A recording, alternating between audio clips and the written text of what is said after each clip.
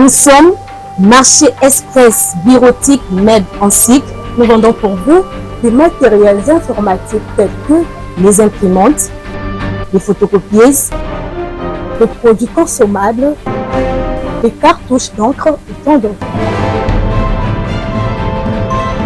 Ici chez nous, nous avons une expertise de plus de 20 ans dans les domaines d'impression et de fourniture de consommables informatiques.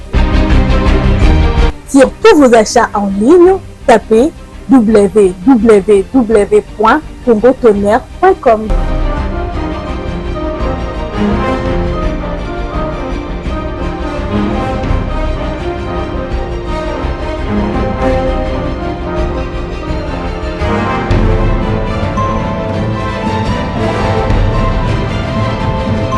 Mais c'est vraiment un marché informatique.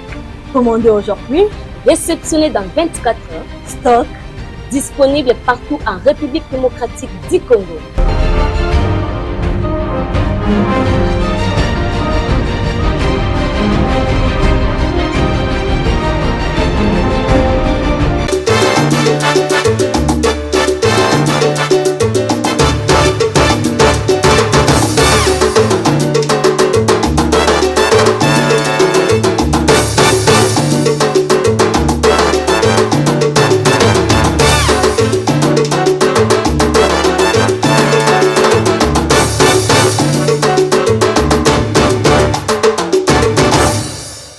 République démocratique du Congo, ville-province de Kinshasa, Mbonda, Ekolo, magazine d'actualité.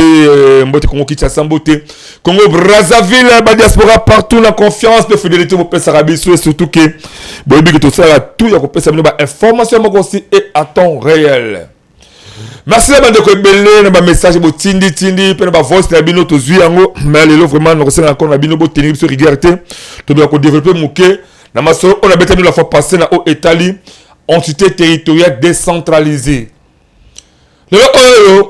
Prenons exemple la ville province de Kinshasa, tout le monde a mis sur sa tête qui est sur la zalité. Bon, mon ville, elle est à Koufa, elle est à Beba. Donc, vous avez une mission, ma cassi. Dans l'Italie, conscience. Conscience, voilà. Tu vois qui est banni dans le petit peuple, il a l'icône par l'autorité en Boka. Surtout tu as renversé pyramide, tu as appelé l'autorité en Boka, tu as petit peuple. Donc les Sénégalais Congolais surtout ont la conscience à ébaquer. À part Moka Otolango République démocratique du Congo, tu as Mboka mais sous-souté.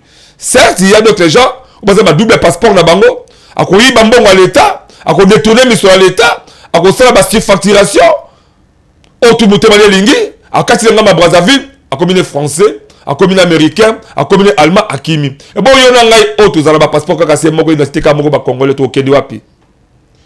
Tant que le Betaki Mondola, Italie, programme de développement local, il y a 145 territoires. Donc, tout le monde a question, mais tout non. Est-ce qu'il faut que Jésus-Christ soit acquitté pour que le retourne là-bas? Même la toilette à Pamba, dans le village de Bisso. Tout le monde a un papa. Puisque Mundele a temps, il y a étudier comment il faut développer Mboka naïe. Mais on est bâti l'institution en Mboka. Est-ce que vous allez temps pour étudier comment développer la République démocratique du Congo? Mboka, Patrice Emery Lumumba. Mboka, il y a le prophète Sani Raphaël Alaver. Mboka, le fait président Mobutu à Gouvernaki. Mboka, Tomé Laurent Désiré Kabila. Mboka, Katafouba Leka. Mboka, Peloti Sekeli Tilo Bazan pour gouverner. Est-ce que vous avez temps pour développer Mboka? Autour de là, on met le moment de bouquet, ok, il y a un drapeau tout. Mais les médecins compétents, ils ont l'université de Bisso, c'est parce que l'État congolais a besoin de la bisika et c'est une valeur dans bangoté. Tu développer Mboka, Mokolo Oyo, Yonanga, tu dois conscience, à part Mboka Oyo, tu as Mboka Moussouté. Famille, et c'est-à-dire que moi, si on a banaté, il y a pas batata moi si, tu as Babantou, tu as Bamaleki, à travers misala malabu okosala na ba responsabilité au l'état congolais a payé pour que Mboka soit développement. Oui, bimbonga l'état, au construire appartement la poto, mais le village na yo, village oyo d'origine, même toilette pas mbotongité. Manque ya conscience, to le baki yango trop. Ba étudiant aussi ça ba université. Ba zo nga misala, manque ya conscience, c'est parce que l'état congolais a besoin de valoriser ba ngote. To continuer ma sur la conscience voilà. Dans la forme et le tombé en Italie. À part il y a une élection locale dans la gouvernance locale. Gouvernance locale, cela veut dire c'est quoi? Comment est-ce que l'élection locale est au Salema? Si comment est-ce que la gouvernance est au Salema pour que l'élection locale va apporter un plus et permettre le développement et contre le niveau local. Tolambi, moi Mboka, papa Massan Kakabam Sephorien, on a changer de suivi. Il y a Rodesic, ils avaient de la société civile, réseau des organisations des droits humains et de l'éducation civique d'inspiration chrétienne. Tous les dans le plateau, on a mon coup, c'est Rodesic.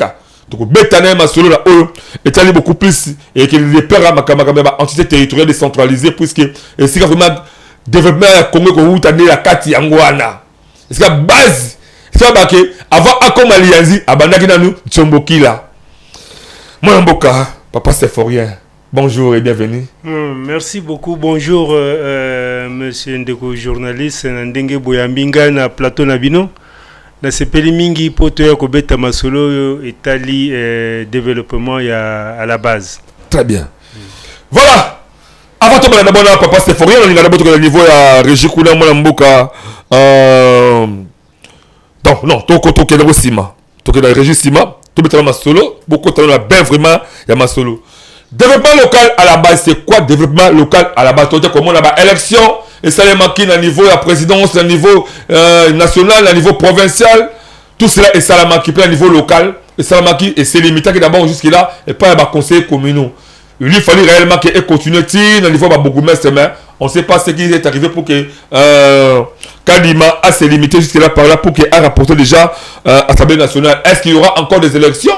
Il y a beaucoup de ou il y aura juste toujours des nominations comme Salamaka et Salama à chaque fois. Tu as évité. Alors, tout c'est limité à niveau autosuffisant, à niveau il y a des conseils communaux. Baza le lot voté, baza émanation du peuple. Bilonné, vous ça qui est. Vous pouvez avoir pouvoir pour que Baba siéger la carte de la commune. C'est que dans la constitution, le conseil communal a un devoir de apporter la carte de la commune. Est-ce qu'il y a des devoirs dans le bango? Et c'est-à-dire qu'il y a un droit de faire le bourgmestre. Est-ce qu'il y a un monde et rapport au rapporter en 2028 que voilà mon vote qui biso quand on qui tout le cas qui beaucoup c'est à quoi quitter tout cas tu beaucoup c'est to bomiete. Est-ce qu'il y a un rapport dans bango? Je ne crois pas. Parce que le rapport moi c'est que pèse à la population au vote qui bango que voilà bon la commune voilà ce que nous avons fait et ce que nous ne sommes pas arrivés à faire à cause de ça et à cause de ça. La route papa c'est fort pour tout mettre les maçons au Italie développement dans le niveau il y a base papa c'est faut rien tout côté sur ta masolo. C'est quoi vraiment développement à la base tant autour le bango la carte ya si j'ai na biso. Merci Mingi Ndeko journaliste pour la question na yo. Développement à la base lingi koloba mingi na ndenge tolobi démocratie na mboka na biso et lingi koloba te toye bandenge nini ko changer ka ba étape to ko changer ba étape ndenge nini na kozwa exemple balabala na biso ezali na yebite kombo ya balabala boulevard Lumumba ezali par exemple boulevard Lumumba na mikolo soko ke na boulevard Lumumba okukuta boulevard Lumumba etondi zéro etondi saleté. Alors na parti wana lokola boulevard Lumumba ezali kutu na kati ya province mingi tozo ala atana ni balabalo ya mike na ya kati ya commune avenue Mbe na kati ya oui avenue Mbe na tete tozo akako ya commune ya Kibaseke avenue Bazangu Baumbu par exemple avenue Baumbu ezali avenue moko ezali mwa munene na ndenge ya te avenue wana ekoki kosala de sorte que batu balekaka sans problème batu bazala soki mbula ebeti mai ezala kotungisa bango te et que batu bazala na possibilité ya kotambola ko respirer air ya malamu. Alors na moya lelo balabala wana ezali saleté mingi soki mbula ebeti okoki kotambola na balabala wana te. Alors développement à la base ezali ndenge nini ezali citoyen yo vandi na kati ya balabala wana omoni te eloko wana ezali bien te alors olobi nga moko na ko kubungisa eloko wana te esengeli tosanga na biso nyonso bato ya balabala toyeba kosala ndenge musalo ebongi alors musalo wana okosala yo moko te ebongi sikoyo opesa responsabilité epa ya baoyo bakoki kokongola bambongo eke bapesa mutu ya kokogere yango bato bako kokongola mbongo ezali ba service taxateur na baoyo bako kosala budget ya kobongisa nani koyeba balabala wana kokokute combien ezali assemblée communale et na mutu ya kokogere mbongo wana ezali sikoyo bourgmestre tango bino bosangisi mbongo wana a partir ya balabala na bino bozwi lokola priorité ya kobongisa nani balabala wana et alors bakoya kotia par exemple bakantonnier bakoya kotia par exemple bato bakokombola nani balabala po balabala ezala propre po balabala ezala sika mutoko kotable ezala vraiment praticable. Voilà moi muke ya ko réfléchir na développement à la base. Voilà, merci beaucoup. Comment la population va contribuer ba bongisa alors côté sur les sika le côté par exemple la balabala chaque avenue chaque rue ils en a chef na ngazalaka.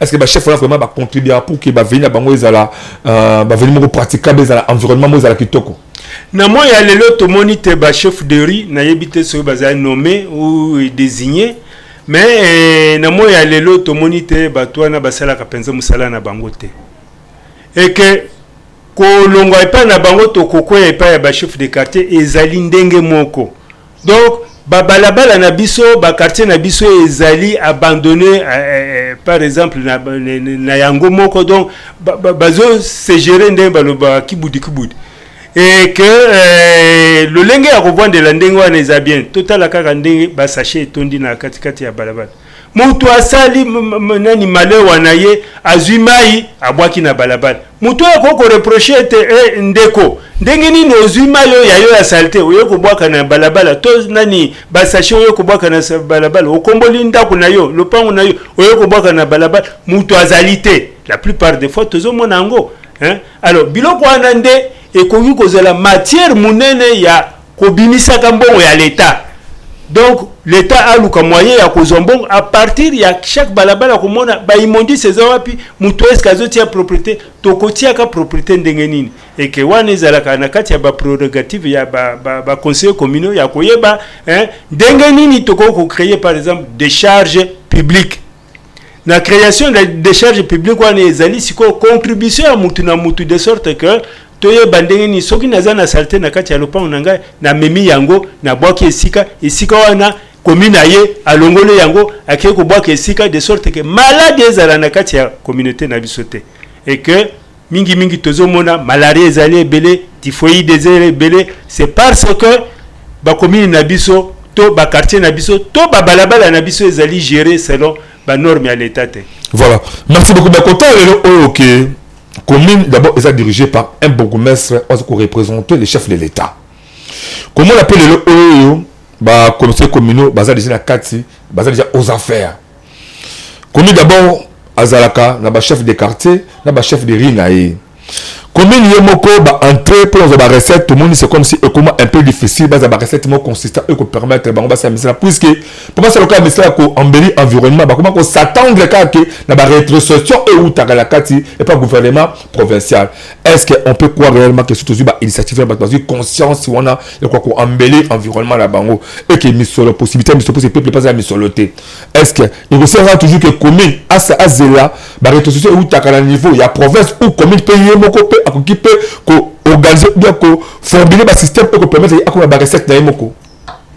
Merci mingi ndeko journaliste na mutuna oti ko tuna ngai commune azali na makoki ebele balobaka na français que l'État ne se plaint pas mukunzi a se plaignaka te parce que azali na bisika ye akoko lingisa de sorte que mbongo ebima na otaki ko loba likambo ya balabala.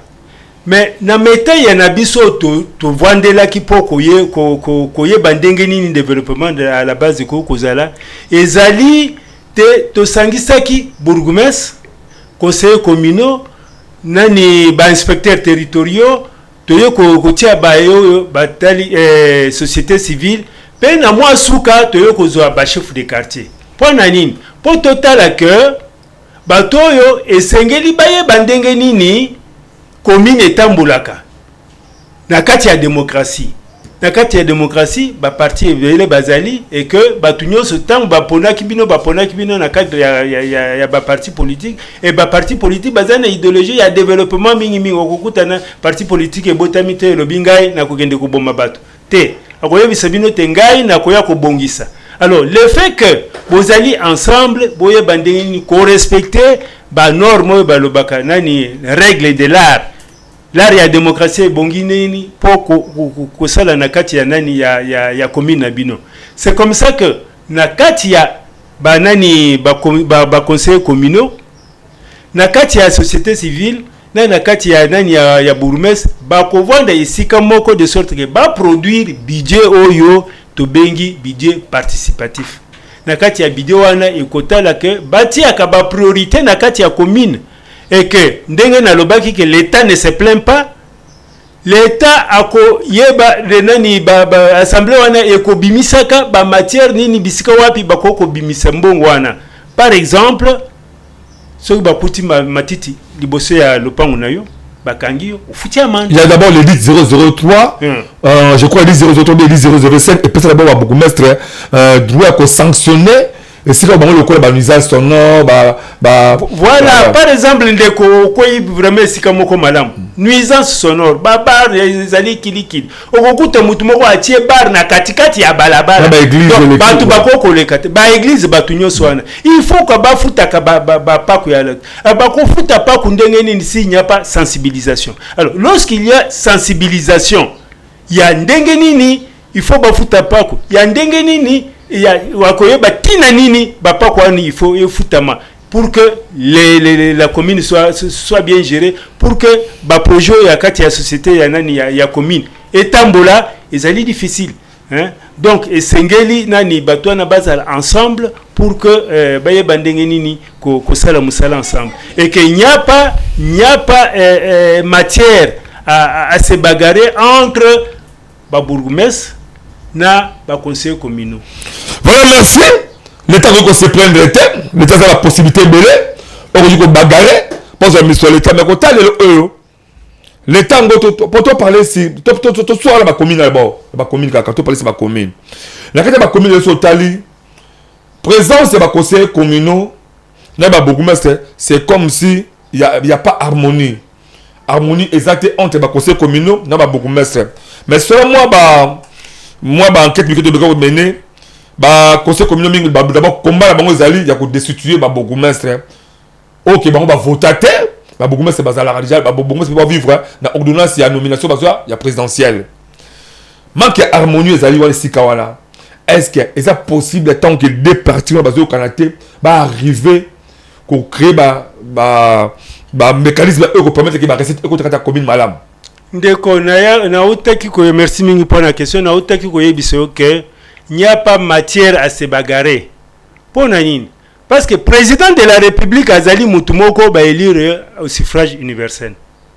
Ba nani ba communaux, bazali pe batumoko va élire bango na suffrage ya commune. Bon. Président de la République na konomaka ba bourgmestre asali kaka une façon ya ko gérer kotika commune ezala na gestion te pendant période moko boyo oyo esengeli te bakokisa bakoma na isika ba élire nani ba responsable ya nani ya commune. Alors étant donné que président de la République a choisi Ruto aponi atie nani bourgmestre atie wana te po bourgmestre asala lolenge na ye, il faut asala selon vision ya chef de l'État. Or vision ya chef de l'État ezali développement à la base. Alors tina nini bakoko sona na koko peso exemple moko ya kitoko tukuti bon ezali ko kumisete peut-être que ezali par rapport ya ba connaissance na ye bourgmestre ya nani ya Kisenso.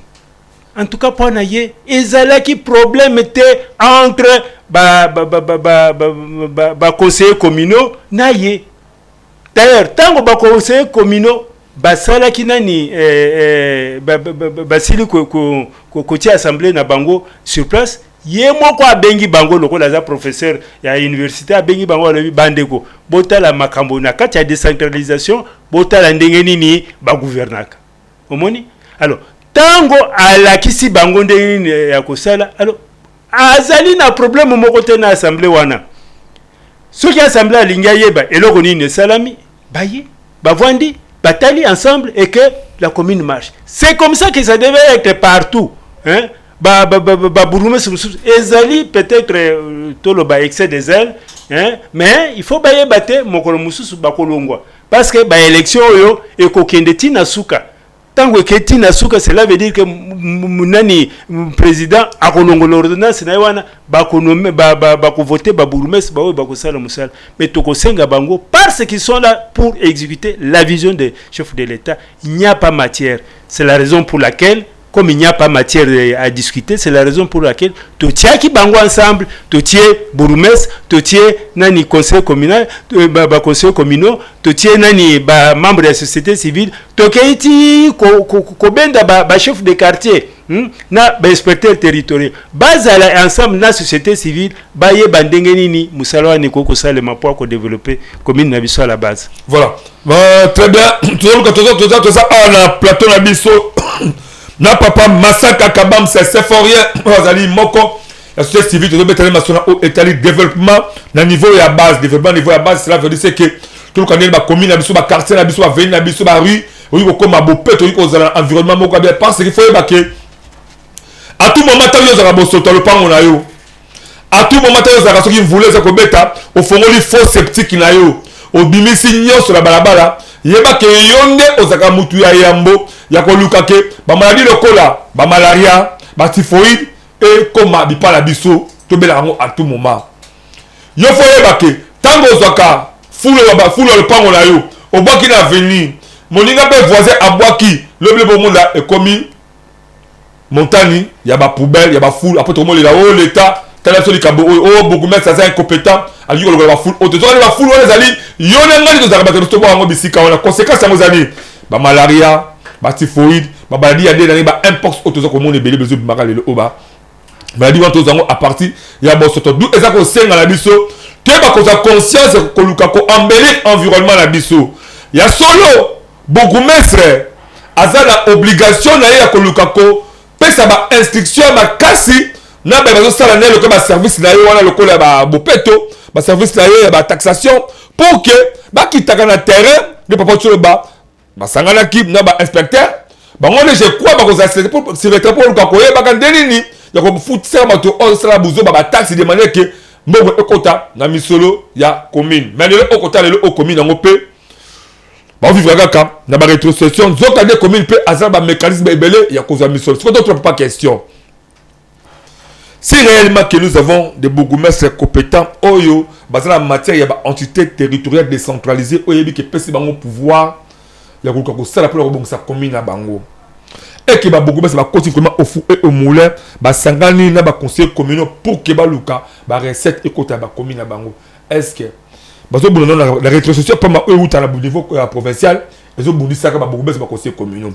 Parce que comme sur le niveau sur luka, ba recette et côté à niveau local. Est-ce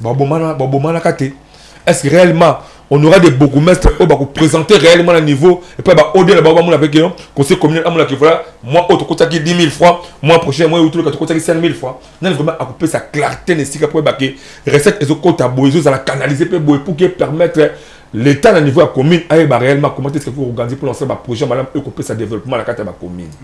Merci mingi ndeko likambwana oyo itali ba canalisation ya recette biso tobetaki yango c'était mingi dans le sens que il va falloir que ba bourgmestre d'abord bango nyonso baye bandenge nini kotia tableau itali ba taxe na kati ya commune na bango et chaque assemblée communale azali na possibilité ya ko décrire ba matière nini o esengeli bato ba futaka nani d'abord on te donne ba commune comme le kola ba jeune mo ko ba ambina mo bozo luka mukanda azobena mopanzi azosolana mopanzi oui c'est ezo baby sa valeur ya commune mais c'est dans le sens que campagne oyo biso to sala parce que na mekana kozonga mwa sima très bien musala oyo biso to sala ki ezali nini ezali d'abord ko pesa batu mwa mate ya ndenge nini makambo wana ya développement à la base il faut salema. Volet ya mibalende mikolo tozo sala ezali ya sensibilisation ya population pour bakende kofuta bapako. Volet ya misato ezali sikoyo contrôle citoyen, c'est-à-dire que tokokitaka na commune pour toyeba à partir ya telle date jusqu'à telle date mbongo nini ekotaki à partir ya campagne na biso ndenge to sala. Parce que na kati ya campagne wana ezali ba chef de quartier, ba conseil communaux, ezali ba membre ya société civile, ezali ba inspecteur territoriaux, ba bazo sela nani campagne wana. Alors na simango ya nani ya contrôle citoyen to ko sala plaidoyer. Plaidoyer nde esika wana otaki ko koloba makambo ya récréation. Ya koyeba te na kati ya ba commune ebele ezali na ba matière concurrentielle okukuta province il faut avoir autant national il faut avoir autant commune il faut avoir autant ba commune ba commune ba maluku oui c'est voilà par exemple ba commune ouais donc ezali par aussi ouais par exemple toutes ces communes là alors biso tolobaki bo na kati ya phase ya plaidoyer biso tokosala tokoyeba na ba conseil communaux totala ba matière nini o esengeli biso tokende kosenga epa ya bakunzo basenga epa bango ba déposer ka bambongo pour basala la bango récréation en bonne et due forme parce que la plupart des fois au komona gouverneur atindi batunaye sur terrain et que tango muto akoya kofuta nani un opérateur économique akofuta nani taxe a memi par exemple mabaya afuti taxe wana afutika ke pa ya afutika ke pa ya nani ya province. Bon, à Bossanité, commune paix, il faut avoir part. Dès qu'on a toujours l'idée de sorte que qu'est-ce commune? Cela veut dire est à la guichet unique. Il y a tant d'opérateurs azo comme ici akoye bate tableau sengeli na futa ba taxi bo. Tout ce qui est comme produit et futa taxe na la commune bo énumérer la carte tableau. Na carte tableau que un grim fait futa autant. Le cas mu kana besoin attestation, perte de perte attestation ni futa autant. Il y a unique à futi. Il y a bonne vie MRC ainsi de suite feu. Nde yango wana ndeko vraiment na monaki likambo moko parce il faut te dénoncer en webiso bato ya société civile. Tango tokomaki na ata siko soko kiti na commune ya Nsele okokuta batu batelemi libandona okotika ka boyo ko na muto bendani opembeni monsieur bonjour qu'est-ce que vous cherchez ainsi de suite nini naye kota la service tel tango na kokoma protocolaire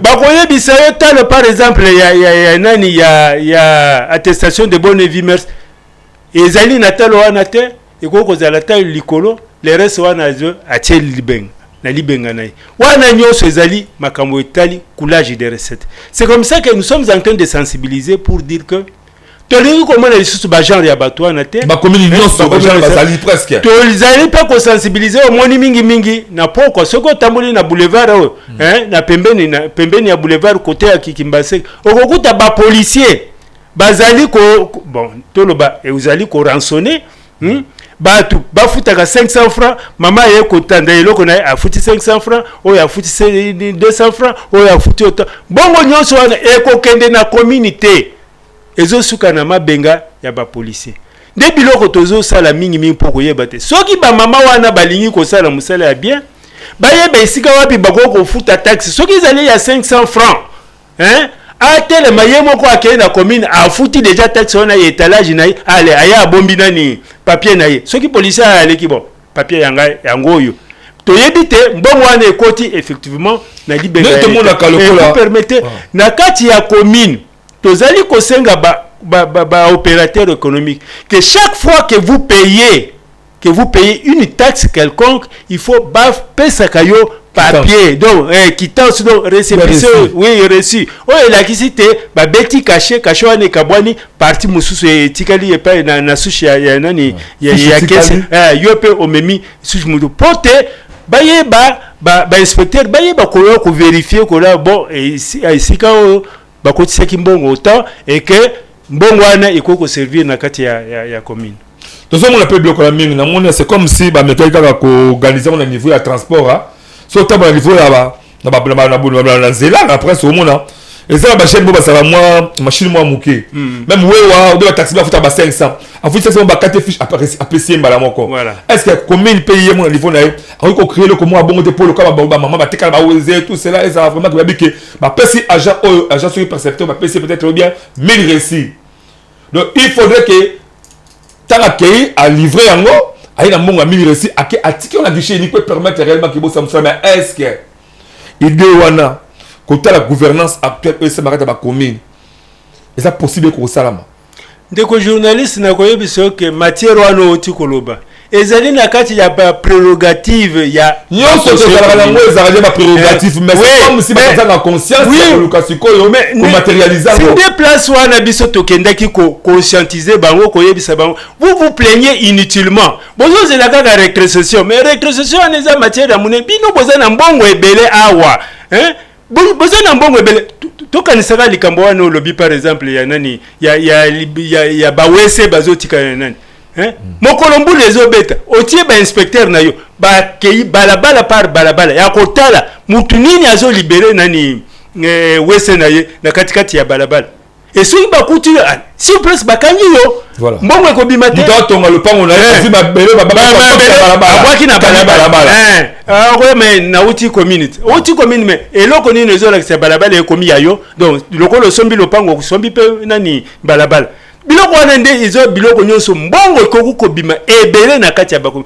Nous plaignons inutilement, nous plaignons inutilement. L'État a koki ko se plaindre te azali na makoki nyonso yesengeli te ba produit ba nani bambongo na kati ya commune. Très bien. Merci beaucoup. Voilà la relingatiko avant de continuer na papa. Tout le bon niveau régie tout na élément oyo mo na comment est-ce que ba ndika rodesika ba balance ko sensibiliser population. Pour c'est que yona ngai to c'est de futaka ba pas quoi l'État. C'est la gâte que l'État te fout à ça qu'à côté. Non, l'État a zappé la responsabilité. Voulu ou pas à cause la yango. Mais il y en a d'abord nous allons essayer de foutre à pas quoi l'État parce que l'État qu'on vivre là pas qu'on on te fout à cas. Tant de fout à moi c'est tout ça bah il y a l'État. Toi t'as qu'à l'État, mais toi tu la payes yon nga c'est tout ça pour l'État. Toi là d'abord comment que ça la sensibilisation bah qu'on sensibiliser population pour que tu bah valeur qu'on fout à pas qu'on y a l'État. C'est parti la régie.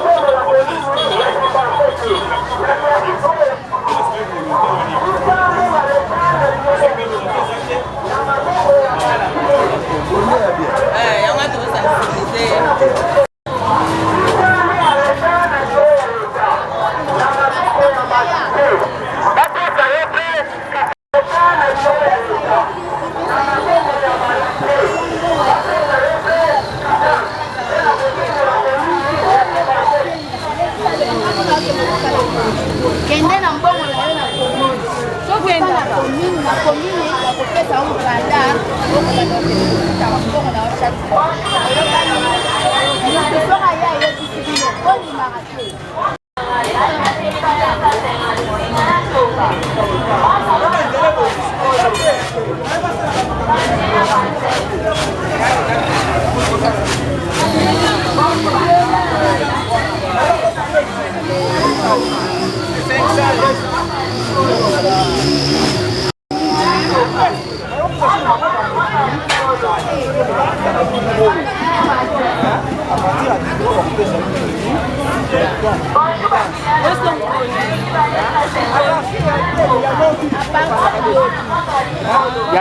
y a lundi.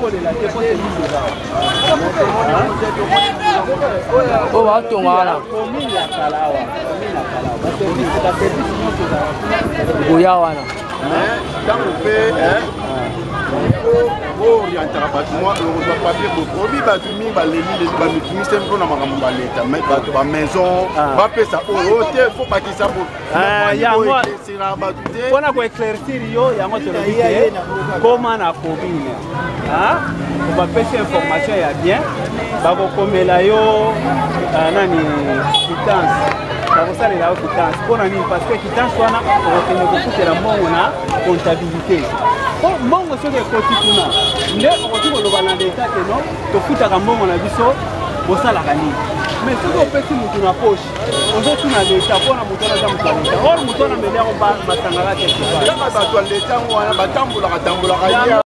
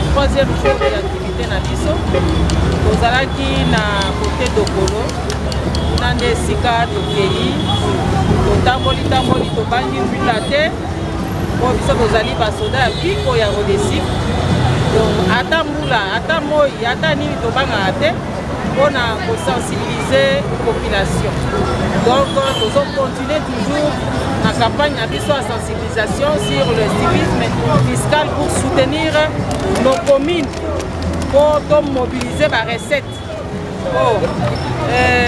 Ceux qui communes na biso za la recette, pour moi na makambo ebele ya malamu kosala manamboka na biso. Par exemple, pour lutter contre l'insalubrité, pour lutter contre l'érosion, na makambo ebele. Bon, monsieur côté la commune et la population. L'équipe nanga oyo ezali équipe ya côté à Dokolo. Les bango bozo mona ba crière nanga oyo ba tamboli na Dokolo kuna koganga ensemble na ke ko rejoindre bango po nazala musala makasi ko banda kuna na Njoko oye na Mokali après oye Koto. De retour sur ce plateau exceptionnel, Monda Ekolo, magazine d'actualité de Nabsabino qui est à la Katia, République démocratique du Congo, est possible, si on a besoin au Somba, produire surtout au Italie imprimerie, au Italie imprimerie, même en ligne, est possible au Somango, na Congo, tonnerre, tout le sport publicité là-bas, et on revient juste après si c'est plateau pour que tout continue, au Italie développement au niveau de la base.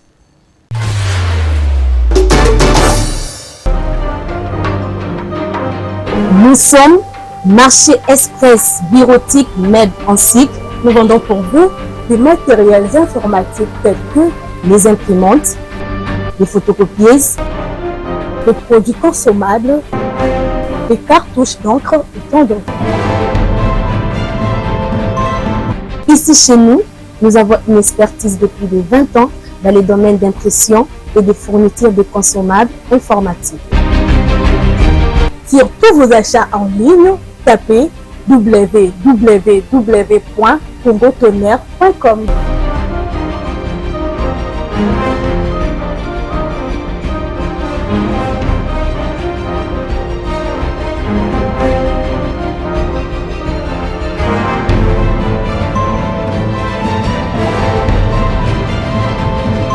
Mais c'est vraiment un marché informatique. Commandez aujourd'hui, réceptionné dans 24 heures, stock disponible partout en République démocratique du Congo.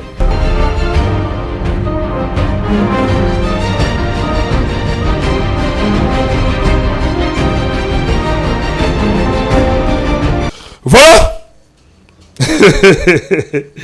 Je crois que vous avez battu comme vous faisiez à Okita. Battu comme les Okita. Vous avez un dabino moko. Combien est capable il y a une recette qui permet que même le développement na kati kaka ya yemoko wana commune sans que à s'attendre à tout à cela comme rétrocession. Mais est-ce que l'État congolais après cette commune chance que le commune peut beaucoup mettre à côté peut tout un partenaire bon munene a créé bien marché mon la kata commune ou a créé centre sportif mon kobo ou a créé le comment est-ce que le gouvernement congolais appelle ça beaucoup mestre autorisation là pour que beaucoup entreprendre marché minier wana. C'est aussi parmi les questions sur tout non papa. Merci mingi bourgmestre tout assemblée. C'est quoi ça limité? Ouais. Ils allaient peut-être un peu mawamingi dans le sens que on ne trouve pas toujours d'idées. Commune à quoi vous avez la possibilité ya kozwa nyongo na banque. Par exemple à Nyongo de sorte que en partenariat na assemblée nani communale naie de sorte que ba construire par exemple nani centre sportif ou bien parking ou bien parking ou bien esika moko ya ko décharger banani ba immondice tango ako construire eloko wana akobanda siko ko rembourser ba mbongo wana par rapport ya ba entrée et que là il faut alors une gestion sérieuse oyo ekosala te batu oyo batali nani société civile oyo batali inspecteurs territoriaux na assemblée baye bande ni batala nani bourgmestre ndenge nini azo gérer eloko wana partenariat na ba étranger commune ekoko sala jumelage akoko tala ville songolo ezali kitoko na kati ya nani ya poto asengi batwana basala bango jumelage ba jumelage wana ezali siko ba projet mususu ya minene ya koloba oui ezali bongo par exemple stade à côté na biso na Kimbanse que tozala kana stade te hein commune ya Tumbasi na c'est le stade des alités mais kuna na poto okukuta stade moko ezali po na commune et kokutisa mbongo ebele et na kokutisa mbongo ekobanda siko ko faire développer banani ba bisika mususu parce que ba bourgmestre bazana ba capacité ba qualité wana mais sikoyo eloko ezali ko zangisa bango ezali mingi omoni lokola bazali nommé on pense que tango akosala projet wana akotika na ko bénéficier te alotina nini ya selango c'est comme ça tozo senga de sorte que il faut gouvernement local evanda na bisika nyonso à partir ya bourgmestre oyo akoyeba te batu bazali wana po ba contrôler nga tozali ko gérer na batu moko dans le sens que bangonde bazali ba autorité budgétaire na ko zala autorité budgétaire ba kopesa nga priorité nini oyo esengeli commune azala lango ndenge nini toko sala effort que to récupérer bambongo et ko sala nani musala esengeli papa ba commune ezali na mbongo ebele ba commune ezali na mbongo ebele tala kaka na kopesa exemple $1 eza combien 28 500 28 600 28 700 bon 28 000 $1 eza 2870 tozo 2850 tozo na combien de parcelles na kati ya c'est ça aussi est-ce d'abord est-ce que la commune est d'abord nombre de parce que quand on a ce comme ça au balokota ba monde ba et habiter hein tu habiter mais supposons que chaque mois vous devez louer hein mbongo ya o etali nani etali commune parce que mabele wana eza mabele à l'état ta kosombi lopango il faut au pesa au les sous-sols ezali bon peut-être ba longola nani article wana le lenge na bango mais est-il que na kati ya ko gérer nani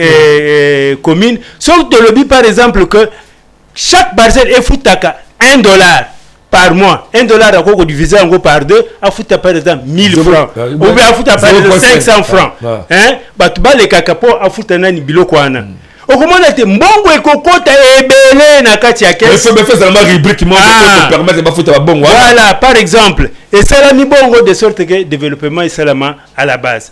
Donc nous ne pouvons pas tellement nous plaindre ya kolobate. Il faut que tout le kabapa mais iska na biso moko tous ba mikilio ya poto et se développe pas bongo hein ezalité lukina ni financement et puis na kati ya matière ya makambo ya développement projet mon côté nani et utili banda et ko faire développer malamu mboka ke binomoko parce que yo moko ezali lokola ozali ko bimisa mbongo na libenga na ye oyibi passe ya nani ya mbongo wana et que lokolo yebi passe ya mbongo wana okotika la ko bebisa ngote il faut ça de sorte que mbongo wana ekoma na isika ya ulinga ki ekoma.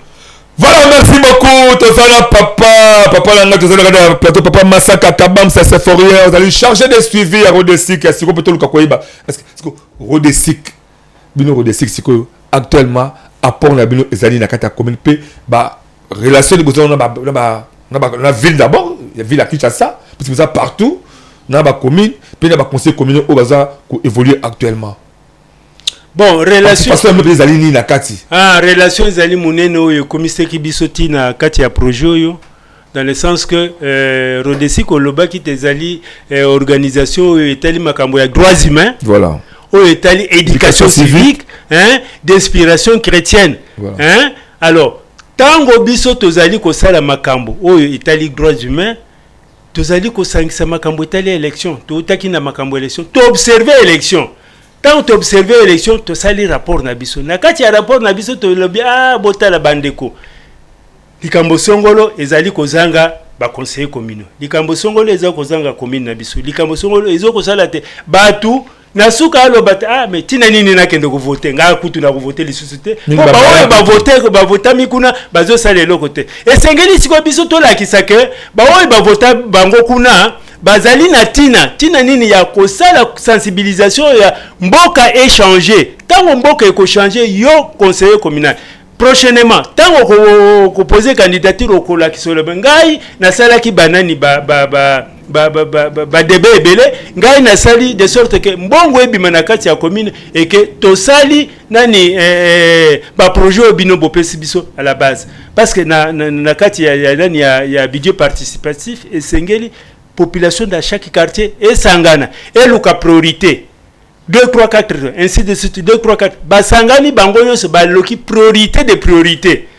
Tant que basali priorité de priorité, ça la publicité à priorité n'a pas mutu na mutu a contribué facilement que ça sera musala munene ya ba conseil communal. Donc to sali musala makasi na o etali makambo droits humains pour droits humains en rapport na sensibilisation en rapport na sensibilisation en rapport na sensibilisation mikolo tozo kita na kati ya ba commune tozo sala na ba chef de quartier tozo yebisa bango ba kita ba yeba ndenge nini ko bato na ba yeba nini ko futa pa ko na bango et que ba futa yango esike esengeli la guichet unique na te pas nécessairement na guichet unique ezali débat o biso tozi to ligne to ya ko sala plaidoyer na yango mais si on peut s'appeler ba chef de riz ne fils qui ba carnet mo ko pe boye et ko permettre que a foutu mongo mutazu resine wana kozala organisation na kati ya assemblée communale ce qui assemblée communale a monité mon moyen batinda ka ba service taxateur partout ezalité bon bango bakoko ça c'est ba chef de riz aussi bakoko ko sala de sorte ce qui chef de riz aleki ayebanite musala boy azoye ko ngana vanda na rimoko na tikala ko yeba 5 ans mobimba na tikala ko yeba chef nanga ouais aussi c'est un problème est-ce qu'il y a pas moyen aussi comme qu'on rajeunir classe wana vraiment chef de riz beaucoup ça ba jeune mo ba compétent parce que ça aussi en matière de décentralisation quand il y a ba jeune ba aussi ça ba université maintenant si capable de comporter un peu ici là on peut prendre peut-être jeune voici ici déjà au niveau de décentralisation dans la université ba PC le ko la avenir moko beto quartier à diriger quartier avenir goûter tout ça azuka quartier à diriger quartier ba pesi yango ba zuba chef de riz moko compétent au bourgmestre pesi ba tie ba travailler là-bas et permettre vraiment que courage na bango na qualité na ba compétence bango et apporter ba recette moko particulier na niveau commerce ko ça le maté. En fait la jeunesse, moi je le dis, la jeunesse sévit dans l'esprit et dans l'action. C'est ça, c'est ça. Okuta mukolo azali plus jeune que nani mwana muke. Cela veut dire que pour entreprendre, oui, pour entreprendre likambo, hein, et sengeli muto pousser mais azala na vocation na volonté à kosala bolamu. Et la plupart des fois on azo condamné mingi na baje na biso pour asala musala etali batu nyonso akosenga d'abord mbongo. Asengi mbongo na kozwa nini? Hein? Yaka to sala mais na kozwa combien? Omoni tout ouvrier mérite son salaire. Bon, comme ça l'État. Oui, mais il que na kati ya makambo mususu esengeli kotala volonté yo ya développement. Quelle est ta part de responsabilité na kati ya développement ya nani ya communauté? Hein? Quelle est ta part? Okoko lo bozo senga d'accord bakoko pesa yo mais apport non d'abord les années. Apport na yo zani. Voilà. Et ça si j'ai moko eux kozabiso batant et si j'ai mon corps, je sais que besoin d'habitude en tout cas. Toi, tu as d'abord conscience avant. Toi, le gars que non, tu as besoin de liboso, de conscience et si tu as besoin de conscience et à liboso pour et bien de besoin de que le robot a monté les balais. Comment tu commune la biche, ce que tu fais avec la commune, ma commune est comme un cas propre, environnement commune et comme un cas qui toko, mukolo yonanga okoye bake, en tout cas pour te bon samboka o segé tu as conscience. Mukolo yonanga tu as bake tu as conscience la biche que tu as un boka musu souté. Ba beaucoup mais c'est ce qu'il boye bake. Oui, et ça on madame cause la kaka ba rétrocession. Mais bon créer d'abord harmonie. Ne pas conseil communaux. Bon, t'as comment est-ce que beaucoup de communes ça va rester sur eux qui permettent que bon ça va faciliter et créer ma stratégie pour le développement commune parce que bah beaucoup mais c'est vous avez premier agent il y a développement qui va commune la bino. Mais quand t'as le OK, bah commune presque tout est koufi. Et ça bah rime sous on qui même pas ce qu'ils voulaient mais si non mais on les ça la calangoté. On connaît quand on les cate même mutaba kono ça moyen qu'on les kana mais est-ce que va venir wana eza ba chef lango bazali ba ri wana eza ba chef lango bali ba quartier wana eza ba chef lango bazali biso ba koma ba kakala ba ba ka kutu susu te ba dinga ba ka ngayo be kakawa ri o kaka ngade chef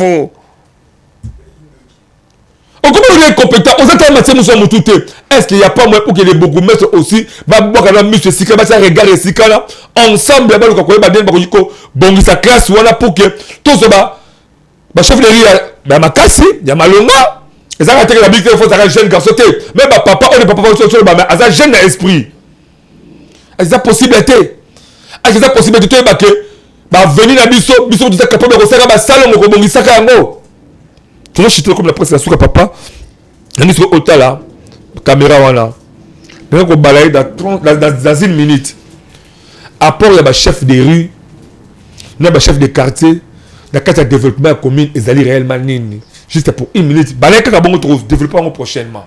Bon, merci beaucoup ndeko journaliste. Apport na ba chef de rue ezali ya kopesaka ba rapport ya nani ya état des lieux ya ba kobe ba rina bango na état des lieux oyo etali nani quartier na koyeba eloko nini oyo esengeli na kati ya quartier oyo ekoki kosala de sorte que kinya ezala développement ezala olobaki na ngai ya makambo etali par exemple ba nuisance sonore ezali na kati ya balopango oyo basalaka mutu pe à l'occasion de rien abimisoli oyo bafle ya munene abandi kobeta miziki ya makasi de sorte que batu nyonso est-ce que batu nyonso hein alors azo empêcher batu basala misala mususu biloko nyonso wana ezali makambo etali ba chef de rue et makambo etali ba chef de quartier pote population et ko se retrouver na kati ya nani ya quartier na quartier.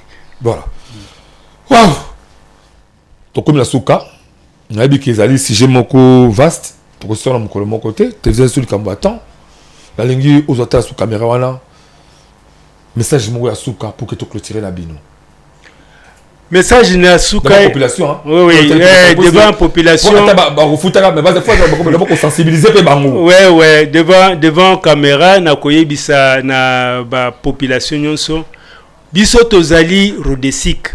Rodesic ezali organisation ya société civile eye epai na bino kosenga bino bofutaka bapaku esengeli oyo bofutaka et soki ofuti paku esengeli bapesa yo document oyo elakisi mbongo wana ekoti na kese ya l'État et que yo soki oyebi que na quartier na yo ozali na chef de rue na quartier na yo ozali na chef de quartier na quartier na yo ozali na conseil communal kende kokutana na conseil wana otuna ye mais mbongo oyo biso tofutaka esalaka musala nini ayebisa yo et pe alakisa yo ndenge nini ba dépense wana ezali kosala parce que ezali musala na bango et que ceux qui a salé yango to promettre très prochainement ceux qui ont posé candidature ngai na kotikala lisusu ko voter yote. Merci. Voilà, merci beaucoup. Vous allez inviter le papa Massan Kakabam, c'est Séphorien chargé à suivi à Rodesic qui a été trouvé à Mastona est allé beaucoup plus apport à l'élection locale, la gouvernance locale. Comment est-ce que c'est réellement ça pour que gouvernance locale est à la malade ou banane, parce qu'il va contribuer, va participer à la Katia gouvernance locale. On les a d'abord yo peuple à travers la taxe à l'État de Futaka, aux autres Futaka ngopé, yo moto aux autres taxe à l'État. Canaliser qu'il y a un guichet moka malamu et que permettre que l'État a un mona kango bourgmestre ba conseil communal biso tout ensemble et ça possible surtout sangali to pesi valeur na musala na biso to pesi valeur na commune na biso to pesi valeur na conscience na biso possible de développer commune na biso le aussi to badi ko de faire de badi ko développer ko la commune na Maluku et Bongi commune na Selebongi commune na Masina Kimbase qui est alimenté partout ti ba monga ba so commune na Bongi toza capable de Kinshasa et komi ya kobonga Kinshasa eza kobonga et kobonga te na ville ya Gombete et kobonga à travers nos communes to ba d'abord ko conscience ya ko ambeli ba commune na biso ya ko poussa musika bo soto ya ko yeba ke ba kele ozo tsa oyo il faut la foutre la taxe à l'État.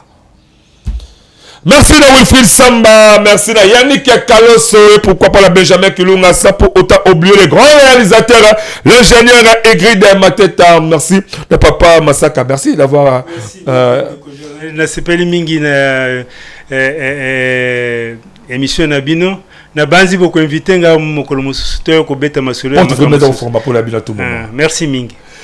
Continuez à s'abonner massivement à la chaîne YouTube de mon école officielle et en plus de tu as mis papa yo pe Luka benga so balimo to ko yamba yo pour que to beta masolo na o etali développement bot ka masolo polémique papa mbawana o non tanga ki na funda boy non mon école n'est pas azaba bajar na bino na bajar pambala na te mon école so Luka le développement à Congo mon école so Luka to changer conscience mon école so Luka Congo dans le développement et qu'on a développé la polémique, la injure, non, non, non. Mokonzi, il va respecter Mokonzi. Il peut Mokonzi, il va respecter Moutou, il va gérer la carte, la juridiction, et c'est toute la harmonie, tout vivre bon, puisque Bolingonde, on s'en base au Lucan, la Bolingonde, Congo, la Bolingonde, Congo, et Goza Likolo. On se retrouve prochainement dans l'édition Moussouya Sika. Jusqu'à là, restez branchés sur le reste du programme de le magazine d'actualité. Je vous aime beaucoup plus. Bye.